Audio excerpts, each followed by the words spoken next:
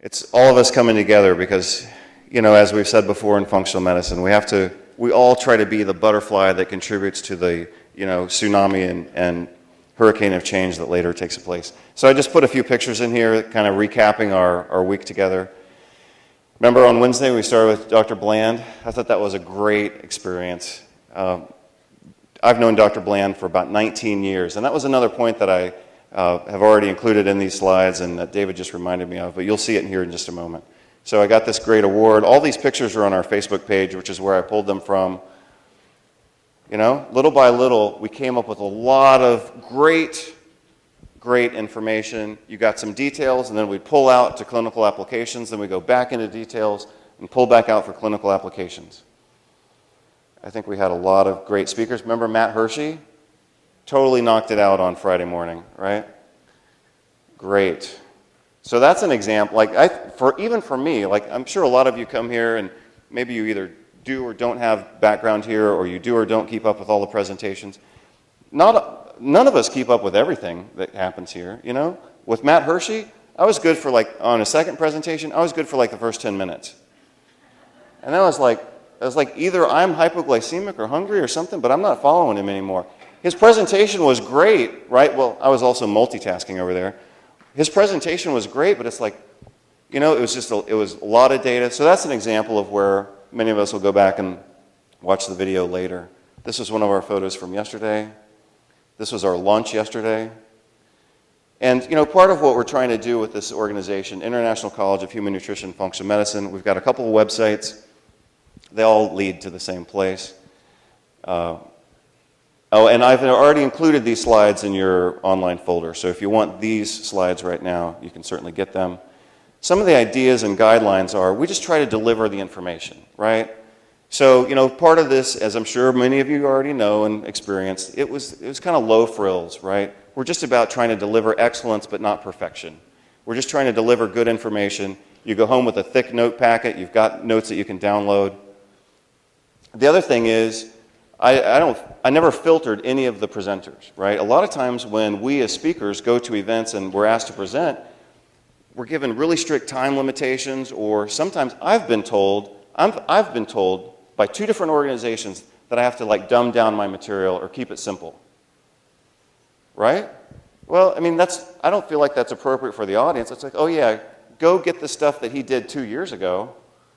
And it's not really fair and exciting for me. If I've already got new information and my old stuff feels outdated to me, it's not exciting for me to get up there and present old stuff. So part of the reason why we put this together was to be an expert-friendly organization. So we focus on content, and we do the best to try to manage the logistics. I'm sure many of you know that our registration system had a lot of problems. We had to input things manually. I was on the phone with 20 minutes with Stephen from Australia.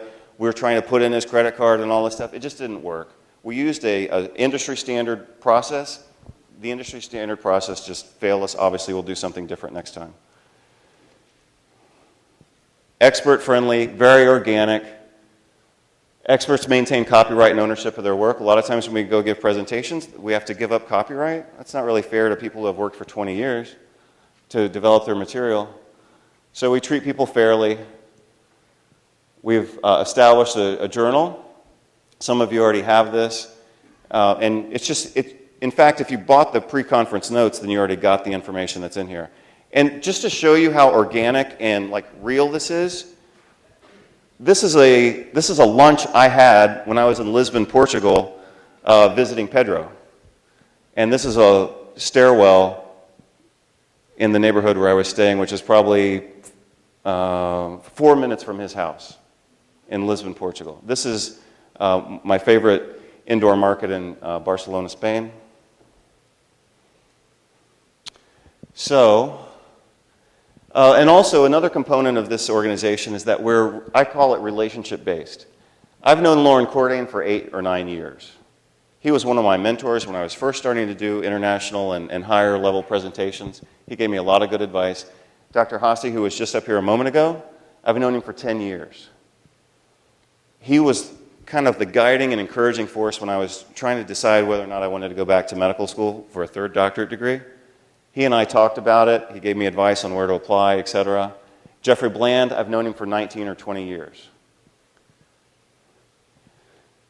What we've got coming up next from our organization, we've got some international public health initiatives that are going to be massive, taking this model of health and disease prevention, health promotion, disease prevention, into population-based interventions. We're working on that right now. In 2014, we've got at least one conference that we're going to have at the end of around November or so of next year. Stephen and I are going to talk about, Stephen, you want to stand up so people know who our Australian connection is? This is Stephen. He and I have known each other for about 6 years or something like that. We're going to go to Australia either next year or the year after, and then we'll be back for Portland, Seattle, and Europe either next year or probably either late next year or 2015. I was having dinner and a glass of wine with Lauren Cordain last night. That guy's brilliant, right? And even I can get, kind of seduced into simplifying him. Oh, he's just the paleo guy, right? He's way more than paleo guy. I mean, that guy knows like the fatty acid distribution of bone marrow because different parts of bone marrow have different fatty acids and phospholipids. That's what he's talking about last night. I just looked at him and I said, you need to be our first professor emeritus. He's about to retire. So what you just saw with him yesterday could be one of his last presentations ever. And so he wants to, spend the rest of his time doing other things. Great. He's worked really hard. And we talked about some of the administrative things he's had to go through just to be able to do good work. So I said to him, you should be our first professor emeritus. So we'll work on the process. And I don't want to make the decision, by myself, because then it wouldn't be reflective of a transparent process. So I also wanted to say I really appreciate the gift from the students yesterday. That was really great. We were that was when Pedro had come up, and the students then came up, and they gave me that gift, and I got choked up for a minute, but then I had to swallow it because we had to stay on schedule, right? So I just wanted to say I really appreciate that. I really appreciate the gift. I had to maintain some composure there, even though I let myself feel it. It didn't go unnoticed, but I'm not scheduled to become emotional again until tomorrow.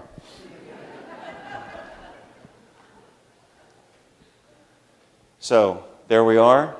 We had 17 countries represented here, speakers and attendants. We added Denmark today. So thank you all for coming. Are we finished with time? Oh, I think we still have 30 minutes or no? I guess I could look at the schedule. We're supposed to do a little bit of Q&A, and I actually pulled up some things I want to show you because these are things I touched on, but we really didn't have time to go through. Oh, we're supposed to go a little farther, right? Okay, so we still have, no, I'm sorry. It says till 1 p.m. That's pretty much now. Well, let me just show you a few things because when Michael Gonzalez was taking his bio break during his cancer conversation the other day, I jumped up on stage and talked about some cancer interventions that I've used successfully, and I know that I rattled some things off and I gave you some citations, but I actually went and pulled up some of the articles so that we can look at that and you can get the citations. Because, I don't want any of us to live on anecdote when we've got good data. I mean, anecdote's awesome, but why go with anecdote when it's already been peer-reviewed and published? So let's look at some examples. So I pulled up a few articles. Let's just look at these. Sorry, I'm just going to look at the schedule one more time because I don't want to overkeep you. So we are supposed to finish at 1, and it is 1. So let's just spend a few minutes doing this. We'll do a little bit of Q&A. This is the author, last name Das, D-A-S, who's done a lot of work focusing on the clinical effectiveness of gamma-linolenic acid, especially in cancer patients.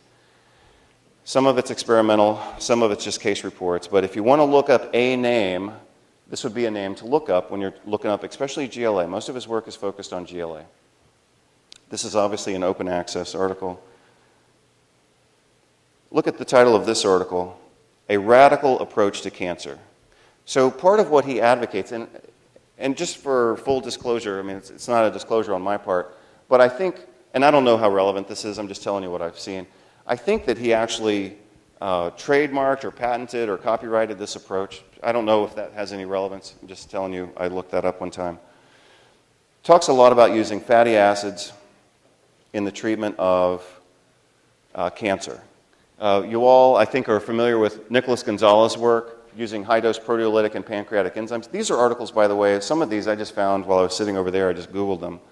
So likewise, you could just Google them as well. I'll show you a quick list. And again, you'll see just from the titles of these articles how interesting this is. The Gonzalez proteolytic pancreatic enzyme therapy for cancer, very safe and effective. It's more effective, according to a pilot study, more effective than gemcitabine for pancreatic cancer. Generally speaking, when patients have pancreatic cancer and they're treated with gemcitabine, how long do they live? 6 months? How long do they live if they're not treated with that drug? 6 months. So what he did in a pilot study was show that pancreatic enzyme supplementation, very high doses, was more effective.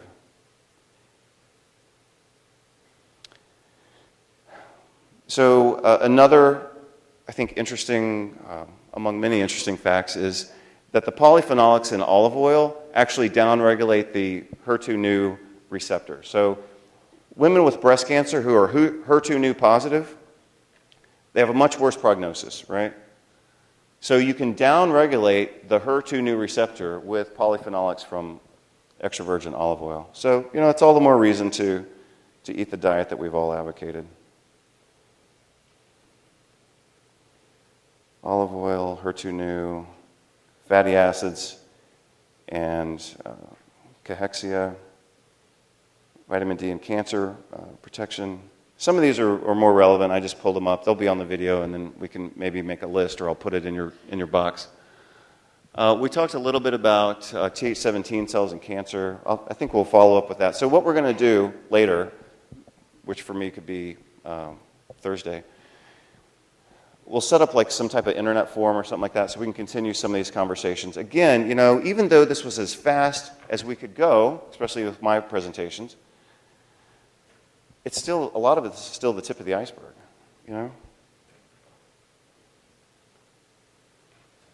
Ketogenic diet on quality of life in patients with advanced cancer.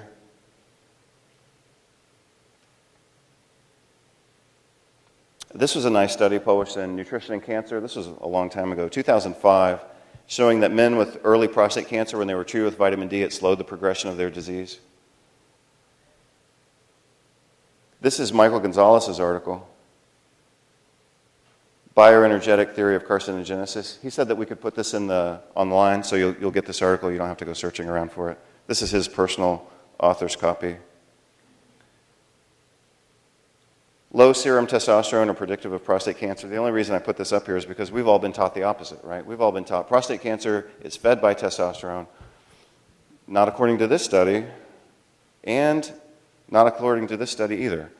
High levels of circulating testosterone are not associated with prostate cancer risk. So the relevance of these is we're just trying to deflate the illusions that we've all been taught.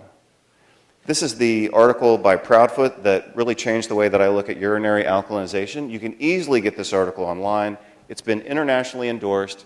It's called Position Paper on Urine Alkalinization. All you have to do is do a Google search, type in Proudfoot and alkalinization, you'll probably get it.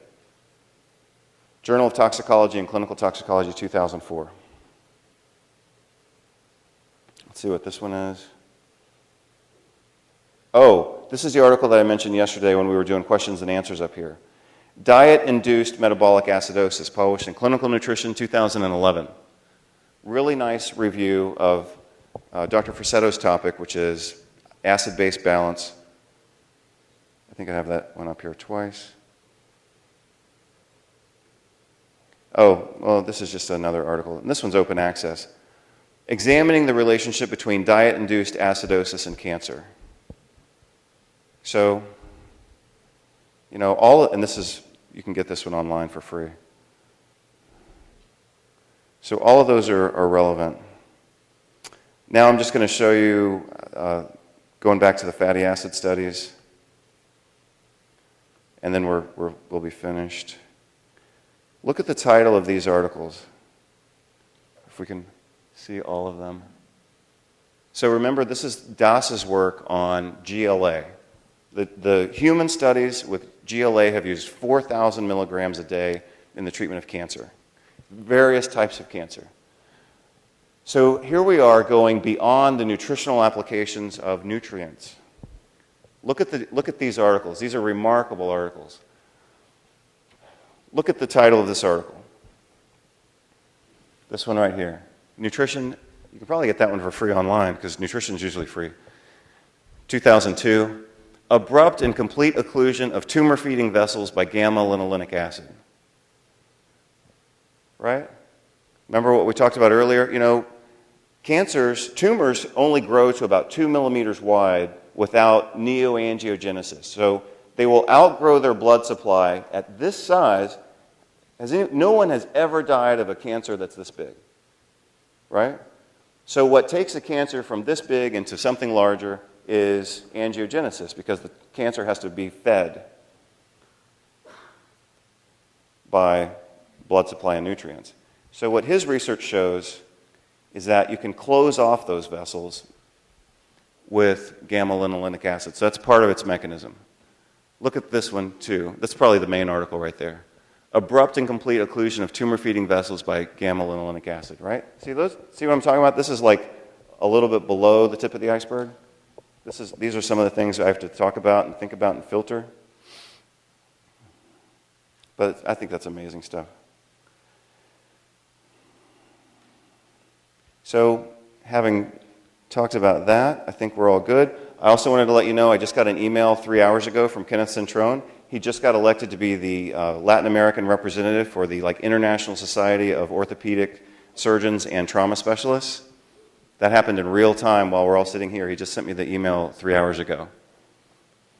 He was one of our presenters on Wednesday. I'll take a few questions and answers. I know that we're a little bit over time right now, but if you've got some questions, and if any of the other panelists want to come up, why don't we do like 10 minutes worth at least, and we'll follow up on email and Facebook. So just check our Facebook page, check our newsletter, make sure that you're kind of in the loop so that when we start doing things, you'll have access to that. Any questions while I'm getting my indoor tan here? Go ahead.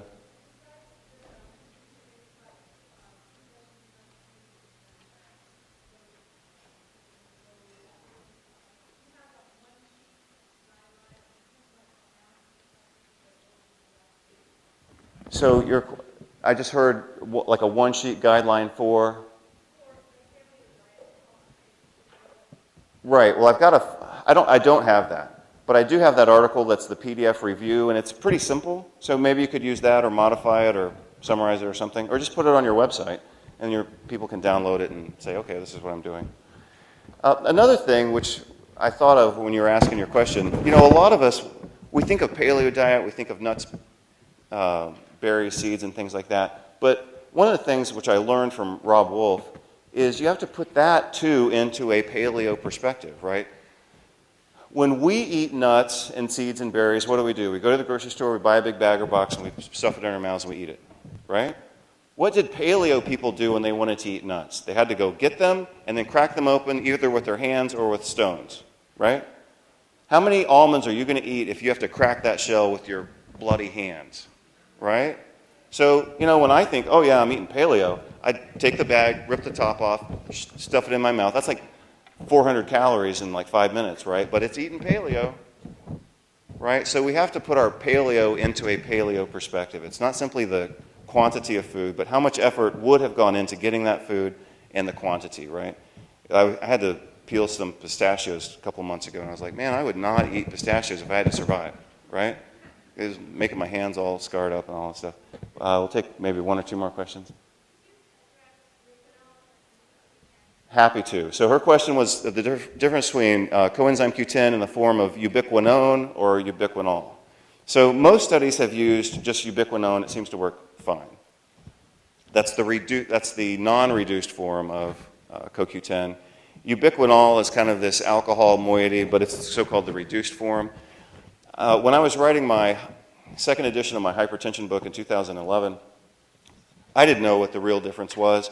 The real difference is, let me explain this in two different ways. One is the research shows that ubiquinol is better absorbed in patients who have congestive heart failure. Because when patients get congestive heart failure, the reason it's called congestive is because they can't pump enough blood to keep their circulation going, and they get what's called bowel wall edema, so they get this edematous effect in their gastrointestinal tract that impairs nutrient absorption. So in those patients, you can cover them with a multivitamin or an easily absorbable form of certain nutrients to overcome that nutrient absorption inertia caused by the bowel wall edema, basically. So in that subgroup of patients, ubiquinol seems to have a clear advantage because it's easier to absorb. However, when most patients consume ubiquinone, it's absorbed pretty well, and it's converted into the reduced form pretty readily anyway. So it doesn't really provide a therapeutic advantage, especially when you consider the additional cost of it, right? So where I got all of that data was from the researcher who's done the most research on CoQ10 on the planet, because obviously Carl Folkers, who discovered it and synthesized it, he's now dead. So the current living expert is the one who told me what I just said. He said it provides no advantage except in patients with heart failure. And yeah, so, and I think, by the way, he may or may not have, and I don't know, but I think he may have a financial interest in selling ubiquinol. And so the fact that he was telling me that it doesn't matter, I thought was pretty good data. He wasn't trying to make a sale. He was actually blocking himself from making a sale. He's like, it doesn't matter. It's only relevant for heart failure patients. That's what he told me, and he's got more publications on this topic than anybody on the planet. Sure. Yeah. Right. So that's a good question, and it's also one that I don't give a lot of attention to. So her question was, what about vitamin A and vitamin D interacting or competing at the same receptor, or a co-receptor that's got, a branch over here for vitamin A and a branch over here for vitamin D? My approach is, I don't worry about it, right? I'm a naturopath. I figure those nutrients go together for a reason in cod liver oil. So I just believe in the healing power of nature and call it good. Plus, it makes my life easier because that's one less thing I have to think about. Does the salt added to sardines make this an unacceptable food? Not for somebody who's on a generally low-sodium diet, but here, okay, so let's put that in perspective. We're talking about salt and sardines. Where do we get sardines? Usually from cans. Am I worried about the salt and sardines? No. Am I worried about the can that the sardines are in? Yes, right? Because it's loaded typically it's lined with a plastic that secretes BPA, which is correlated with insulin resistance and cancer. So I don't care about the salt in the sardines. I care about the BPA in the sardines from the can.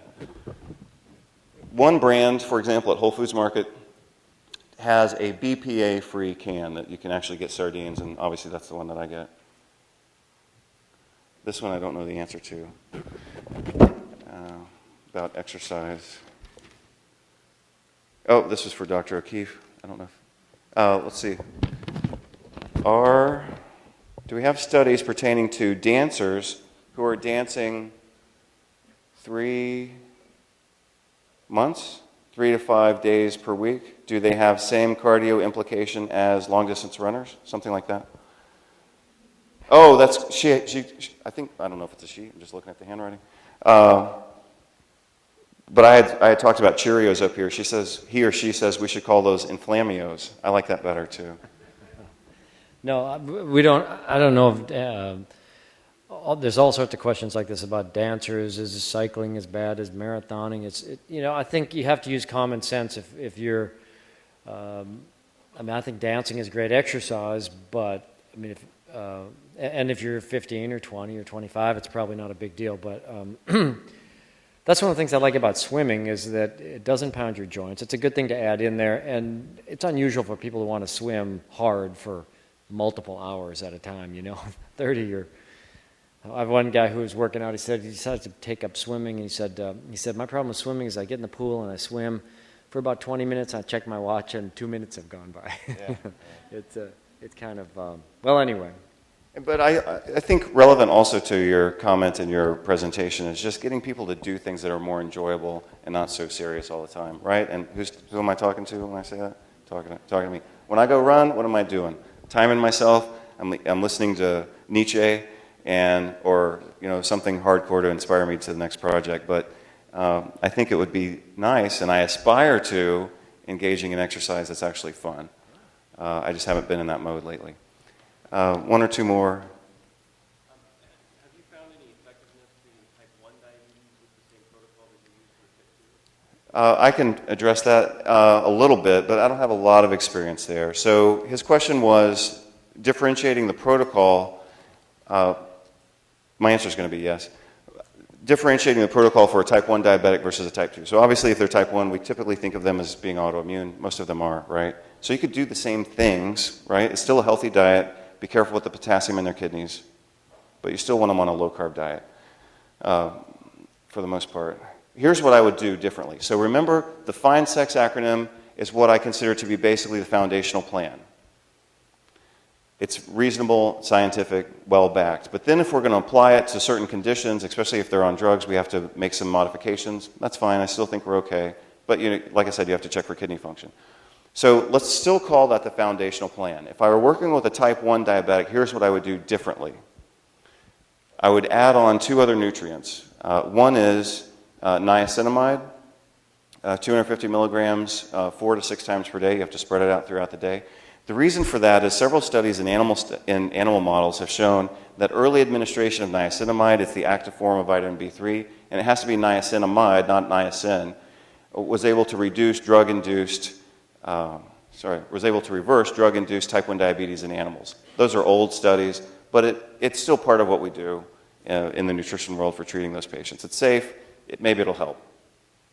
I'm not saying that it will. I'm just saying it's a maybe.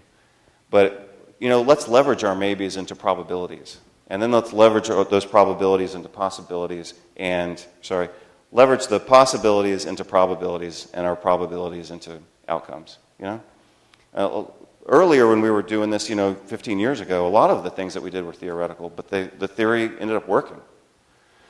So you could do niacinamide, 250 milligrams, 4 times a day for a kid, 6 times a day for an adult. But the other thing I would add is an herb called gymnema, which has been shown to help regenerate pancreatic beta cells in animal studies. In one patient I had, he was really fragile diabetic. Nothing seemed to work. I don't know how compliant he was, but nothing seemed to work. And I had him on gymnema. I think it helped a little bit, but then we switched brands, and honestly, I don't know even which brands we switched to, but we switched him to a different brand of gymnema, and all of a sudden we could control his blood sugar much more easily.